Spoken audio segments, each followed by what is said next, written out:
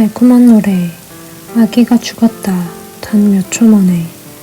여자아이는 구급대가 도착했을 때 아직 살아있었다. 범죄 현장이 사진으로 찍혔다. 아이들 어머니는 쇼크 상태였다. 어둠이 내려 5월의 이날을 덮쳤다.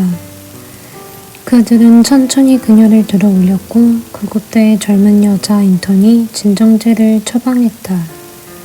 그들은 그녀를 일으켜 맥박과 혈압을 쟀다. 건물 아래 이웃 사람들이 모여 있었다.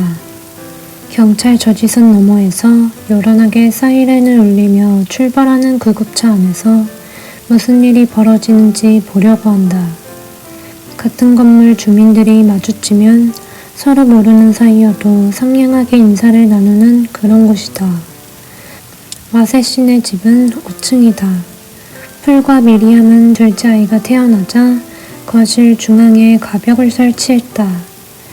그녀는 오늘 평소보다 일찍 집에 돌아왔다. 집에 가는 길에 빵집에 들렀다. 그녀는 회전목마 놀이터에 그들을 데려갈 생각이었다.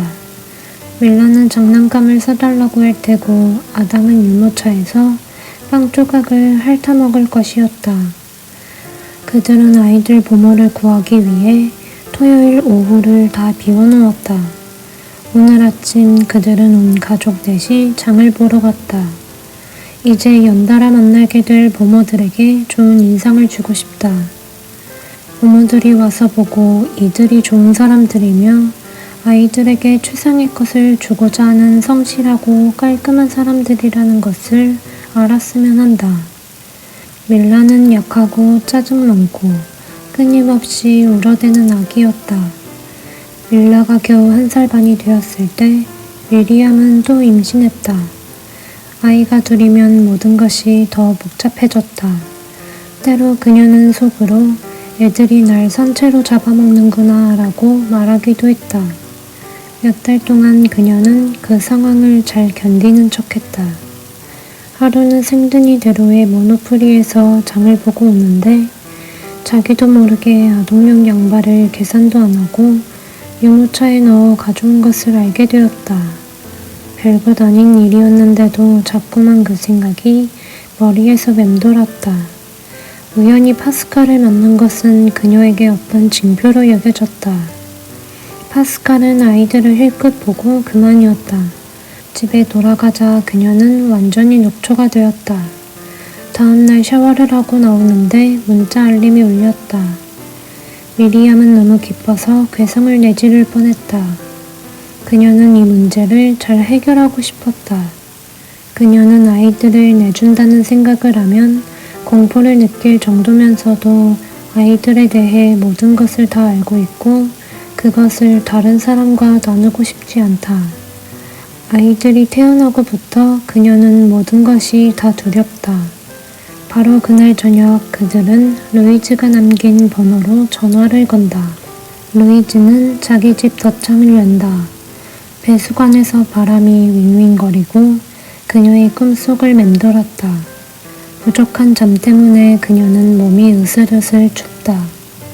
루이즈의 아파트는 원룸이어서 침실도 되고 거실도 된다. 그녀는 집안을 빙빙 돈다.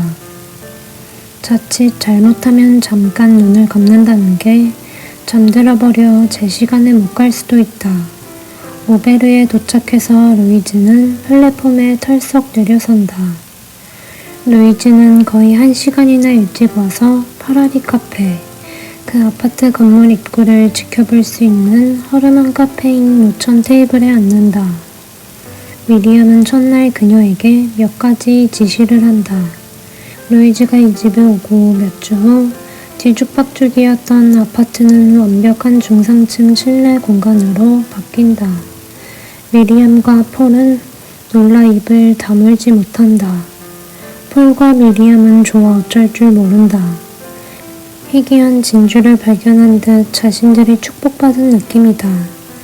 몇 주 사이 루이즈는 없어서는 안 되는 존재가 되었다. 그녀는 자리에 앉아서 자기가 해놓은 일을 지그시 바라볼 때 마음속에 고요히 차오르는 만족감을 느낀다.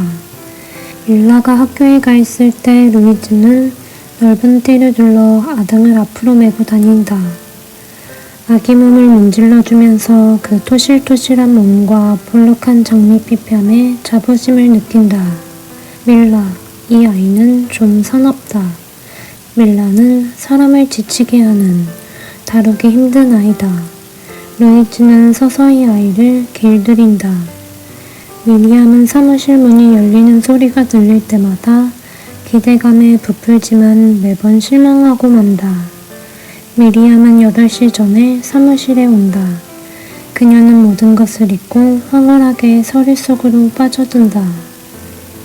일을 다시 시작하던 날 미리암은 어린아이처럼 흥분해서 동이 틀 때까지 깨어 있었다. 어느 날 그녀는 한밤중에 용의자 거류를 위해 출석해달라는 호출을 받는다. 남편이 그녀에게 일을 너무 많이 한다고 말할 때 그녀는 격분한다.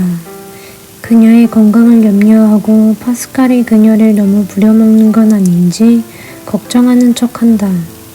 그녀는 늦는다고 알려야 할 사람이 없었으면 좋겠고 자기를 기다리는 사람도 없었으면 좋겠다. 그녀는 자신의 성공과 자유에 아이들이 걸림돌이 될 수 있다는 생각은 한사코 거부했다. 처음 그런 생각이 들었을 때 그녀는 깊은 슬픔에 빠졌다. 미리암은 현관에 가서 구멍으로 밖을 내다본다. 루이즈는 파티 날짜를 수요일 오후로 정했다. 아침 내내 루이즈는 풍선을 불어 동물 모양을 만들어서는 방에서 부엌 서랍까지 곳곳에 붙여놓았다. 소꿉놀이 중인 여자아이들 무리에서 혼자 떨어져 하얀색 두꺼운 양목 카펫 위에 앉아있는 자신이 보인다. 미리암은 자기 방으로 숨어들어가 문을 닫고 우편물 읽는데 몰두하는 척한다. 거실에 아이들 소리가 넘친다. 루이즈의 놀이는 아이들만이 지닌 절대적 활력으로 넘친다. 미리암은 모르지만 루이즈가 제일 좋아하는 것은 숨바꼭질이다. 스테파니는 8살에 기저귀를 갈고 분유를 탈 줄 알았다. 스테파니가 어렸을 때 어머니 루이즈는 집에서 아기들을 돌봤다.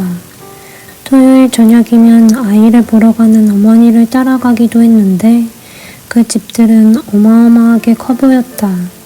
루이즈가 아이들을 재우는 사이 스테파니는 원탁 위 상자들, 서랍들을 뒤지곤 했다. 집으로 가는 전철석에서 미리암은 사랑에 빠진 여자처럼 조바심이 났다. 욕실 문 뒤에 숨어서 아이들을 바라보며 그녀의 마음 깊은 곳에서 문득 어떤 느낌이 솟아오른다. 문득 자신이 감성적이 되는 것을 느낀다. 이번 주 내내 그녀는 늦은 시간에 퇴근했다. 아이들은 물에서 나와 홀딱 벗은 채 어머니 품속으로 뛰어든다. 한 주, 2주 흘러갈수록 루이즈는 점점 더 놀랍도록 눈에 띄지 않으면서 동시에 없어서는 안 되는 존재가 되어간다. 그녀는 찾으면 보이지만 그렇지 않으면 눈에 띄지 않는다. 그녀는 점점 더 빨리 오고 점점 더 늦게 간다. 분명하게 뭐라고 이야기된 적도 없고 아무도 무슨 말을 하지 않지만 루이즈는 집 한가운데에 꾸준히 조금씩 자신의 둥우리를 틀어간다. 미리암은 그녀에게 종종 선물을 한다. 점차 폴과 미리암의 주변 사람들 모두가 루이즈를 알게 된다. 루이즈의 만찬은 미리암과 폴의 친구들이 모두 갈망하는 만남, 하나의 전통이 된다. 루이즈는 정말이지 주말이 너무 싫다. 월요일 아침 루이즈는 해 뜨기 전에 집에서 나온다. 따스한 9월, 햇살이 빛난다. 9월의 끝 무렵에도 어찌나 날씨가 온화한지 루이즈는 즐거운 기분으로 블루뉴숲 동물원에 아이들을 데려가기로 한다. 공원에서 루이즈는 아이들과 같이 달린다. 자크는 그녀에게 항상 조용히 하라는 말을 했다. 남편의 화가 폭발 직전이라는 것을 그녀는 잘 감지했다. 자크는 둔하고 시끄러웠다. 그는 거의 집안에 틀어박혀 노상 텔레비전을 켜둔 채 탁자에 서류들을 펼쳐놓고 있었다. 자크는 늘 그렇듯 화를 내며 욕설을 해댔지만 평소보다 기운이 좀 약했다. 그는 햇볕에 말리려고 내놓은 뒤 잊어버린 과일처럼 바싹 말라갔다. 공증이는 자크가 빚만 남겨놓았다고 설명하며 난처해했다. 자크가 모아놓은 서류 더미는 어떻게 해야 할지 몰랐다. 고독은 꼭 마약 같았다. 그 시기의 도시는 미친 사람들로 가득했다. 겨울의 오후, 작은 공원에는 불황자, 거지, 실업자, 노인, 병자, 떠돌이, 불안정한 온갖 사람들이 드나든다. 폴의 손에 들린 편지가 누구에게서 온 건지 알아보려 하지만 아무것도, 주소도 내용도 들어오지 않는다. 루이즈는 몸이 굳어버렸다. 열차 안에서 그녀는 울지 않으려고 이를 악문다. 누군가 죽어야 한다. 우리가 행복하려면 누군가 죽어야 한다.